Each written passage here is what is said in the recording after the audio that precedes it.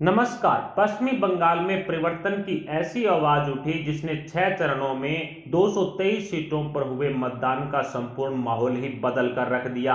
ममता दीदी ने सेकुलर होने का ढोंग रचा, लेकिन मुसलमानों को खुश करने के चक्कर में सत्ता की कुर्सी ही गंवा बैठी। पश्चिमी बंगाल के 27% मुसलमानों को खुश करने के लिए 70% हिंदुओं को ठुकराने का नतीजा ममता दीदी देख चुकी है।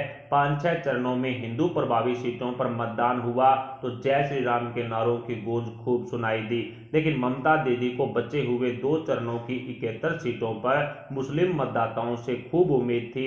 अब मुस्लिम मतदाताओं ने फुरफुरा शरीफ के पीरजादा पर भरोसा जता करके टीएमसी को ठुकरा दिया, जिसके बाद ममता दीदी पूरी तरह से बौखलाई हुई है। ममता दीदी ना ही तो हिंदू वोटरों को अपने साथ जोड़ पाई और ना ही मुसलमानों को खुश कर पाई, जिसके परिणाम स्वरूप टीएमसी की हालत धोबी के कुत्ते जैसी हो गई है। अब ममता दीदी ना घर की रही और ना ही घाट की। खैर, 26 अप्रैल को 7वें चरण में 35 सीटों पर चुनाव होने जा रहा है। हालांकि 36 सीटों पर मतदान प्रस्तावित था, लेकिन जंगीपुर सीट पर एक उम्मीदवार की डेथ होने की वजह से जंगीपुर सीट का चुनाव फिलहाल के लिए टल गया है। इस 7वें चरण में 2-3 खास मुद्दे छाए रहेंगे। पहला ये कि इन 35 सीटों पर एम फैक्टर का पूरा प्रभाव है और मुस्लिम मतदाता इस बार ममता दीदी से खासा नाराज हैं। मुस्लिम समाज TMC, Congress, ISF, CPM, Owaisi जैसे कई हिस्सों में बंट गया है और इस बार पूरे बंगाल में 15% से ज्यादा मुसलमान मोदी जी के लिए वोट करने की बात भी कई ओपिनियन पोल और एग्जिट पोल्स में सामने आ चुकी है। 7वें चरण की 35 सीटों पर फुरफुरा शरीफ के पीरजादा का प्रभाव ज्यादा होने की बात भी सामने आ चुकी है, जो ममता दीदी के लिए एक बहुत बड़ा झटका माना जा रहा है, जिसको कह सकते हैं कि एम फैक्टर ने इस बार टीएमसी और ममता दीदी के साथ बहुत बड़ा खेला कर दिया है। तीसरा मुख्य मुद्दा भवानीपुर सीट का 7वें चरण में छाया रहेगा, क्योंकि भवानीपुर सीट ममता दीदी की परंपरागत सीट है और टीएमसी की आंतरिक सर्वे में ममता दीदी भवानीपुर सीट हार चुकी है, जिसके कारण ममता दीदी ने नंदीग्राम सीट पर चुनाव लड़ने का फैसला लिया। लेकिन नंदीग्राम सीट भी सभी एग्जिट पोल्स ने शुभेंदु अधिकारी के जरिए बीजेपी के खाते में डाल दी है, जो ममता दीदी के लिए बहुत बड़ा झटका माना जा रहा है। हालांकि टोलीगंज सीट पर भी ममता दीदी ने चुनाव लड़ने का ऐलान किया, लेकिन पूरे बंगाल में टीएमसी और ममता दीदी की होने वाली किरकिरी से बचने के लिए टोलीगंज सीट पर चुनाव लड़ने वाले फैसले को टीएमसी ने बाद में रद्द कर दिया था। बंगाल की मुख्यमंत्री ममता बनर्जी को अपनी जीत तय करने के लिए 294 सीटों में से एक सीट ऐसी नहीं मिली जहां वो टीएमसी की जीत का दावा ठोक सके। ऐसी स्थिति में आप खुद समझ सकते हैं कि बंगाल में परिवर्तन की आवाज किस हद तक उठ चुकी है। बंगाल की 70% हिंदू जनता खुलकर ममता दीदी के खिलाफ मतदान कर चुकी है और जय श्री राम के नारे को गाली बताने वाली ममता दीदी को भगवान श्री राम का श्राप लग चुका है। 2 मई को ममता दीदी की रवानगी तय हो चुकी है एवं सभी ओपिनियन पोल्स, एग्जिट पोल्स ने एक नए बंगाल का निर्माण होने की बात कॉमन कही है और इस पर अंतिम मोहर भी लगा दी है। मुखलाई ममता दीदी अपने गुंडों से बीजेपी के उम्मीदवार, बीजेपी के नेता और बीजेपी के कार्यकर्ताओं पर हमले करवा रही है। साथ ही जय श्री राम का नारा लगाने वाली आम जनता को हिंसा का शिकार बना करके दहशत फैलाने का काम भी ममता दीदी और टीएमसी के गुंडों ने किया है।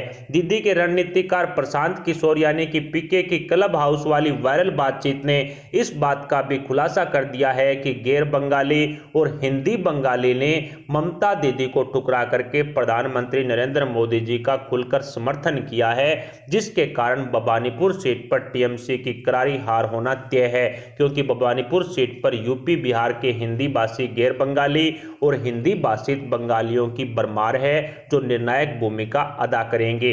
इसी हार के डर से टीएमसी की सर्वे में भवानीपुर सीट पर बीजेपी की प्रचंड जीत ने ममता दीदी को नंदीग्राम और टोलीगंज जाने के लिए मजबूर कर दिया। खैर, 7वें चरण में 26 अप्रैल को 35 सीटों पर मतदान होना है और कई सर्वे कंपनियां अपने ओपिनियन पोल्स के आंकड़े देश के सामने रख चुकी है। प्रोदी सट्टा बाजार ने ताजा सर्वे के अनुसार इन सभी 35 सीटों के समीकरण पर मंथन कर जो एक तरह से लेटेस्ट आंकड़े और जनता जनार्दन के रुझान हैं वो दिए हैं, जो काफी चौंकाने वाले हैं। आइए अपने भी राष्ट्रीय प्रोदी सट्टा बाजार के इन आंकड़ों पर एक नजर डालते हैं। सातवें चरण की 36 सीटों पर लोकसभा चुनाव 2019 के दौरान 37% वोट लेकर के 16 सीटों पर बीजेपी ने दबदबा कायम किया था, जबकि 39% वोट शेयर के साथ 16 सीटों पर ही टीएमसी ने कब्जा किया था और 4 सीटों पर कांग्रेस ने जीत दर्ज की थी। अब इन 36 सीटों पर परिस्थितियां पूरी तरह से बदल चुकी है। कोलकाता की 4 सीटें, कोलकाता पोर्ट, भवानीपुर, रासबिहारी और बालीगंज सीटों पर 26 अप्रैल को मतदान होना है। कोलकाता की भवानीपुर सीट काफी चर्चा में है क्योंकि ये ममता दीदी की परंपरागत सीट रही है, लेकिन लोकसभा चुनाव 2019 में बीजेपी ने टीएमसी के मुकाबले जो ज्यादा वोट है वो भवानीपुर सीट पर हासिल कर ममता दीदी को पछाड़ दिया था। बीजेपी ने भवानीपुर सीट पर 43% से ज्यादा वोट है वो हासिल किए थे। राष्ट्रीय सट्टा बाजार ने अपनी सर्वे में कोलकाता की इन 4 सीटों में से एक सीट पर कांग्रेस के गठबंधन को सफलता मिलने का अनुमान लगाया है और एक सीट पर टीएमसी का दबदबा रहने की बात भी राष्ट्रीय सट्टा बाजार कह चुका है। इसके अलावा कोलकाता की 4 सीटों में से 2 सीटों पर भारतीय जनता पार्टी कमल खिलाने में कामयाब हो सकती है। इस तरह की बात राष्ट्रीय सट्टा बाजार द्वारा कही गई है। इसके अलावा दक्षिण दिनाजपुर की 6 सीटों पर 26 अप्रैल को मतदान होना है। कुशमंडी, कुमारगंज, बालूरघाट, तपन, गंगारामपुर, हरिरामपुर, इसमें कांग्रेस के गठबंधन को एक सीट पर सफलता मिलने का अनुमान राष्ट्रीय सट्टा बाजार ने लगाया है। कुछ हद तक एम फैक्टर इस दक्षिण दिनाजपुर में मौजूद है, जिसके चलते कांग्रेस के गठबंधन को एक सीट मिलने का अनुमान राष्ट्रीय सट्टा बाजार लगा चुका है, जबकि ममता दीदी दक्षिण दिनाजपुर की 6 सीटों में से एक भी सीट पर कब्जा नहीं कर पाएगी। 0 सीट टीएमसी को दक्षिण दिनाजपुर की 6 सीटों में से 0 सीट पर ममता दीदी है वो कब्जा करेगी। इसके अलावा भारतीय जनता पार्टी को 5 सीटें राष्ट्रीय सट्टा बाजार सौंप चुका है और वैसे भी लोकसभा चुनाव 2019 के दौरान 16 सीटें थी जो ये 7वें चरण की सीटें हैं, 36 सीटें, इनमें से 16 सीटों पर बीजेपी का दबदबा था और दक्षिण दिनाजपुर की 5 सीटें बीजेपी के खाते में सट्टा बाजार डाल चुका है। मालदा जिले की 6 सीटों पर मतदान 26 अप्रैल को होना है। अभीपुर, गजोल, चंचल, हरिश्चंद्रपुर, मालतीपुर, रतुआ, ये 6 सीटें इसमें शामिल है और इन सीटों में से कांग्रेस के गठबंधन को 3 सीटों पर सफलता मिलेगी। मालदा वो एरिया है जहां पर मुस्लिम इलाका ज्यादा है, जिसके चलते कांग्रेस के गठबंधन को 3 सीटें मिलने का अनुमान है और टीएमसी को सिर्फ एक सीट पर जीत मिलने का अनुमान राष्ट्रीय सट्टा बाजार ने लगाया है। वहीं मालदा की 6 सीटों में से 2 सीटों पर बीजेपी कमल खिलाने में कामयाब हो सकती है, इस तरह का अनुमान लगाया गया है। इसके अलावा मुर्शिदाबाद की 11 सीटों पर 26 अप्रैल को मतदान होना है। हालांकि यहां पर 10 सीटों पर मतदान होगा। जंगीपुर सीट पर चुनाव फिलहाल के लिए टल गया है। परकक्का, सूती, रघुनाथगंज, इसके अलावा सागरदीघी, इसके अलावा लालगोला, भगवागोला, इसके अलावा रानीनगर, मुर्शिदाबाद, नवग्राम सहित टोटल 10 सीटों पर मतदान 26 अप्रैल को होगा, एक जंगीपुर सीट को छोड़ दिया जाए तो। और मुर्शिदाबाद की इन 10 सीटों में से कांग्रेस के गठबंधन को 7 सीटों पर पूर्ण रूप से जो सफलता मिलने का अनुमान राष्ट्रीय सट्टा बाजार लगा चुका है और टीएमसी के खाते में मुर्शिदाबाद की सिर्फ एक सीट जाने का अनुमान राष्ट्रीय सट्टा बाजार ने लगाया है।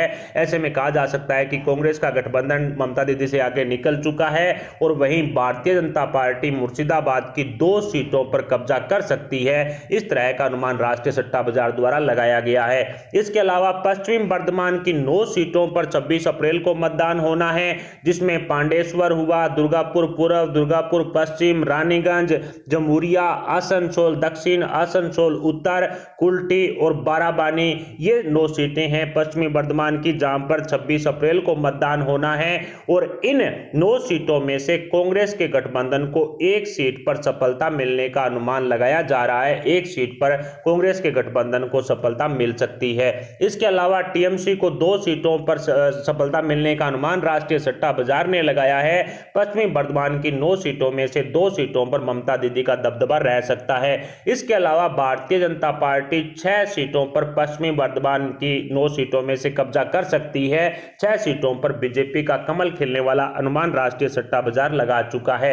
इस पूरे आंकड़े को आसान भाषा में समझें तो जो 7वां चरण है उसमें टोटल 35 सीटों पर ही 26 अप्रैल को चुनाव होगा, एक जंगीपुर सीट को छोड़ दिया जाए तो, और इन 35 सीटों में से कांग्रेस के गठबंधन को 13 सीटें मिलने का अनुमान राष्ट्रीय सट्टा बाजार लगा चुका है। हालांकि ओवैसी भी यहां पर प्रभावी रहेंगे, उनको भी वोट शेयर मिलेगा, लेकिन कांग्रेस के गठबंधन को 13 सीटें राष्ट्रीय सट्टा बाजार सौंप चुका है। टीएमसी 5 सीटों पर कब्जा करेगी। जी हां दोस्तों, सातवें चरण की 35 सीटों में से सिर्फ 5 सीटों पर ही ममता दीदी को जीत मिलने का अनुमान राष्ट्रीय सट्टा बाजार ने लगाया है। इसके अलावा भारतीय जनता पार्टी 17 सीटों पर कब्जा कर सकती है। राष्ट्रीय विरोधी सट्टा बाजार की सर्वे अनुसार बीजेपी 17 सीटों पर कमल खिलाने में कामयाब हो सकती है सातवें चरण के अंदर। और पहले से ही लोकसभा चुनाव 2019 के दौरान 16 सीटों पर बीजेपी का एक तरफा कब्जा था, उसको भी ध्यान में रखें तो कहा जा सकता है कि बीजेपी कहीं ना कहीं